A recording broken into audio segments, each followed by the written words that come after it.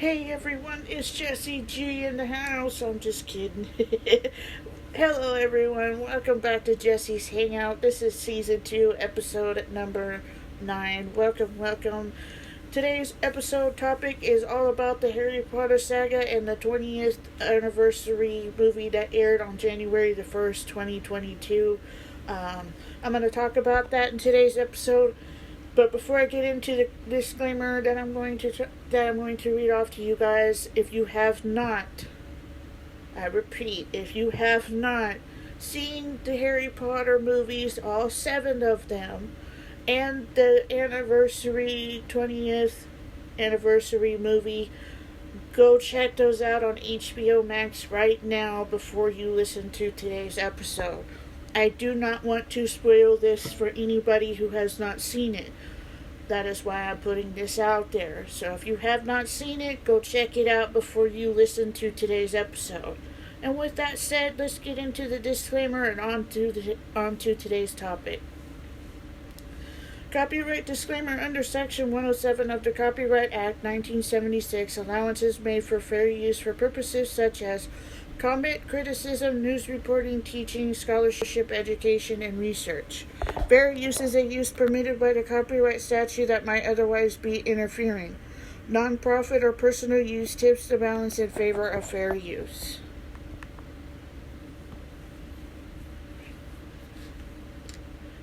We all grew up around the Harry Potter saga, or in this case, the Harry Potter franchise, and that the movies and the books meant a lot to us and to a lot of people.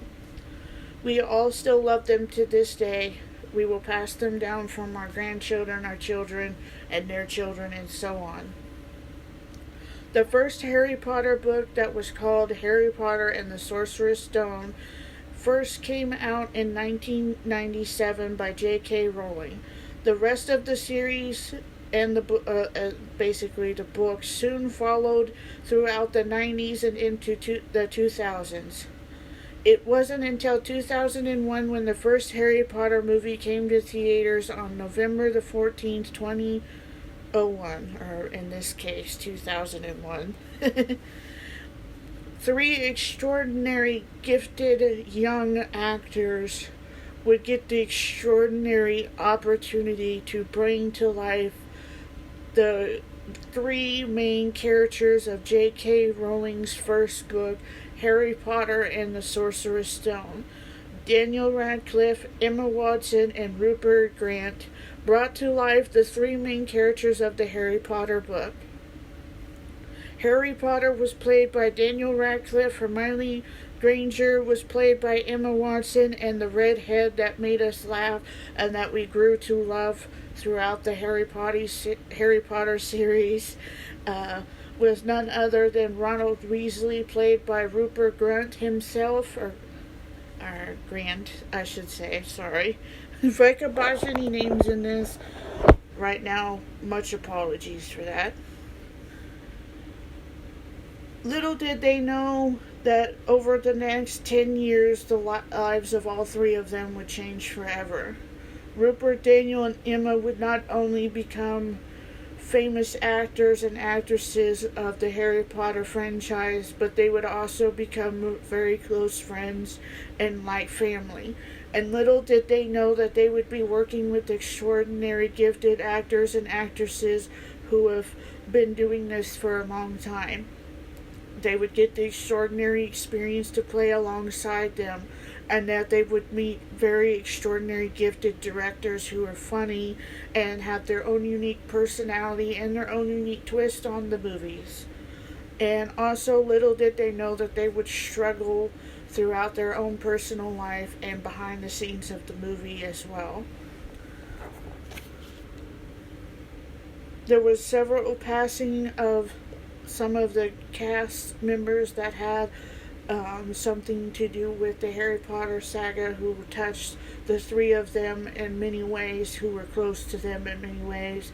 One of them being Alan Rickman, who played Professor Snape, and Helen McCoy, who got the extraordinary opportunity to play Tom Felton's mother, who by the way, he plays Draco Malfoy, just putting that out there. She got the extraordinary opportunity to work with this young man and be his mother, and she was a very extraordinary, gifted actress. If you all know her also from her, the series Penny Dreadful, she played in that. She played in the second season. I think the first and the second season, if I'm not mistaken.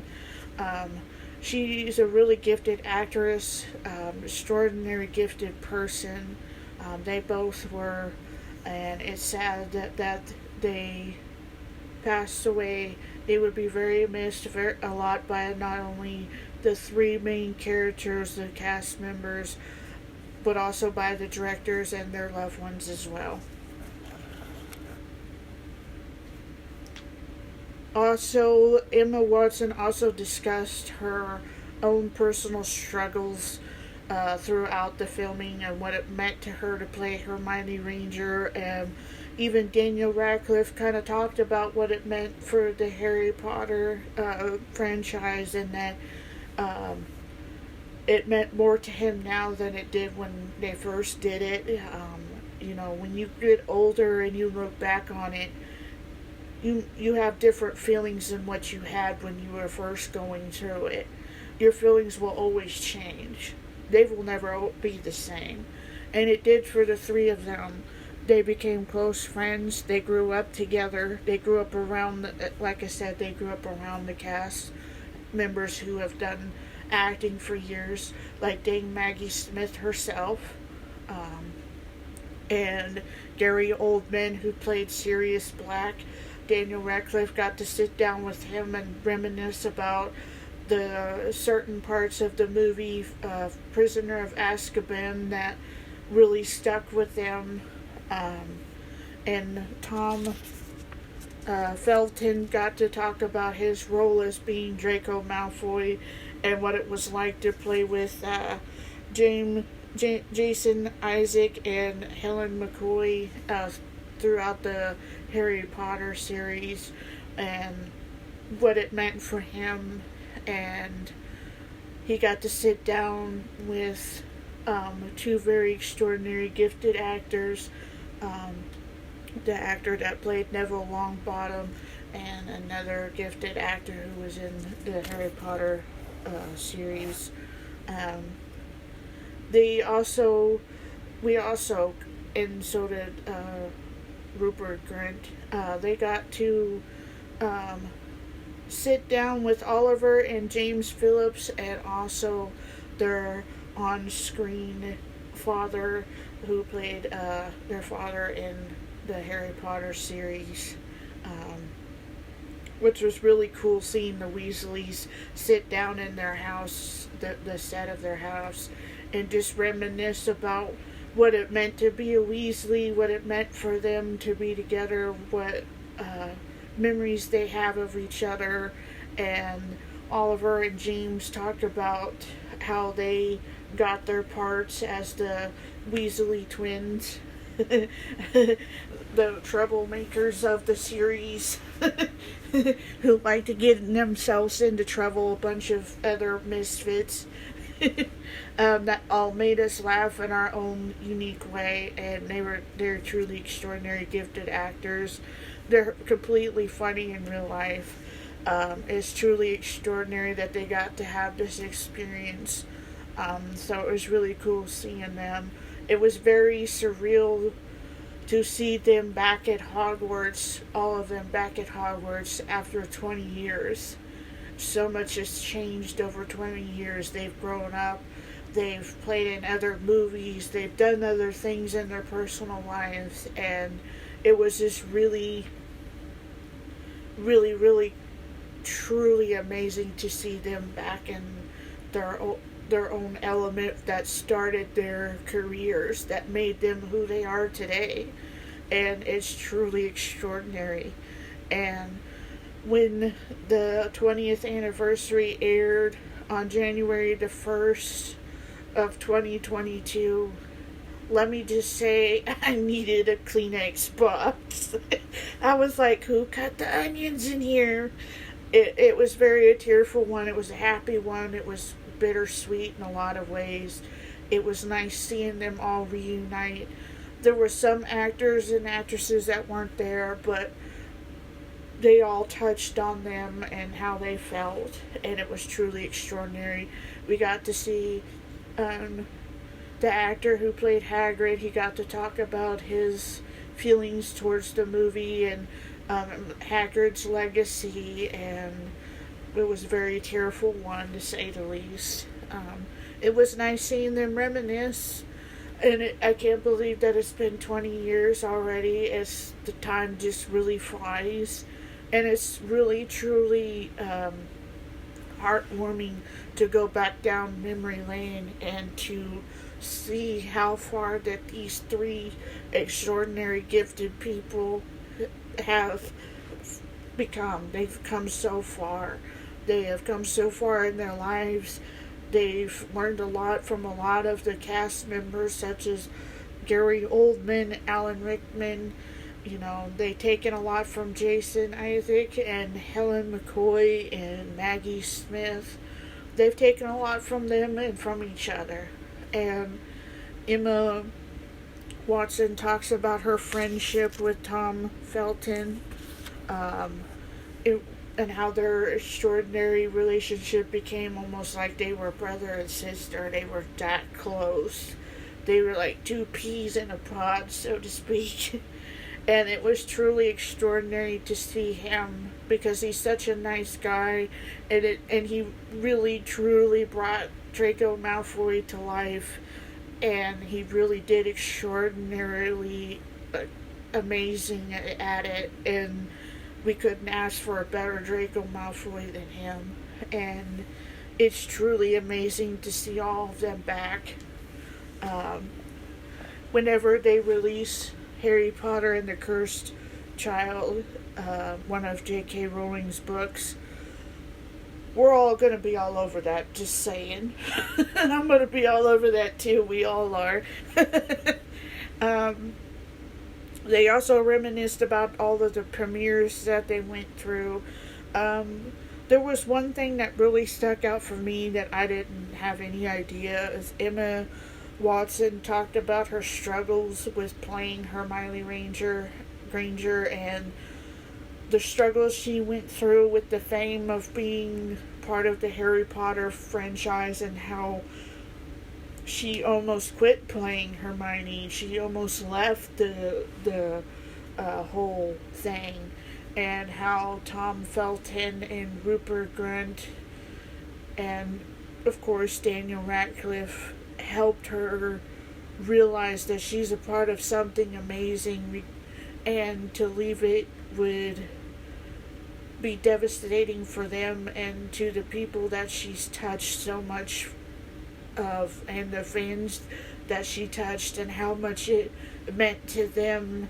You know, you always think that it's just movies, but it's not just movies for the actors and actresses. It's the memories. It's memories they will carry for the rest of their lives. It's memories they will tell their children, you know.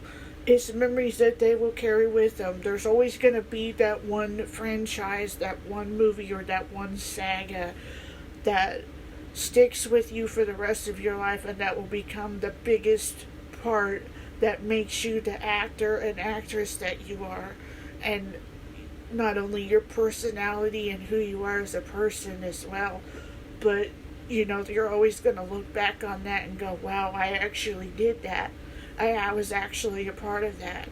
And it was very extraordinary. And I got a lot of memories and made a lot of friends. They talk about the bittersweet ending of the series and how, or the saga, and how it touched them, and, you know, it was really cool. And how the ending, I'm not going to say anything. You'll have to see for yourself. The ending of that 20-year anniversary movie was truly awesome, how they left it off. I was totally taken aback, but in a good way. It was just truly awesome how they left it. And I hope that the movies and the books will continue to touch future generations and all of us. and I hope that some of us or all of us can relate to any of the characters, especially younger generations. And, you know, us older generations can remember how much it touched us when we first saw it. So it was really cool to be able to see them again and to be a part of that, especially after 2021 being so difficult for people and everything that we've gone through, and of course Betty White's passing and all that. Just to be able to see something that made us all smile and that made us all boast about it is truly amazing and truly humbling, and all sorts of mixed emotions too. Anyway, I hope you guys enjoyed today's episode. If you haven't already, hit that red subscribe button and that notification bell so you'll be notified as to when I upload further episodes in the future. Also, don't forget to go check me out on all of my social medias. They're in the description box below this episode. So go check me out there. I hope you guys have an awesome morning, afternoon, day, or night, wherever you are watching this from, and I hope that you will stay safe and healthy, and I hope that your family will stay safe and healthy, and I will catch you guys in my next episode. Later.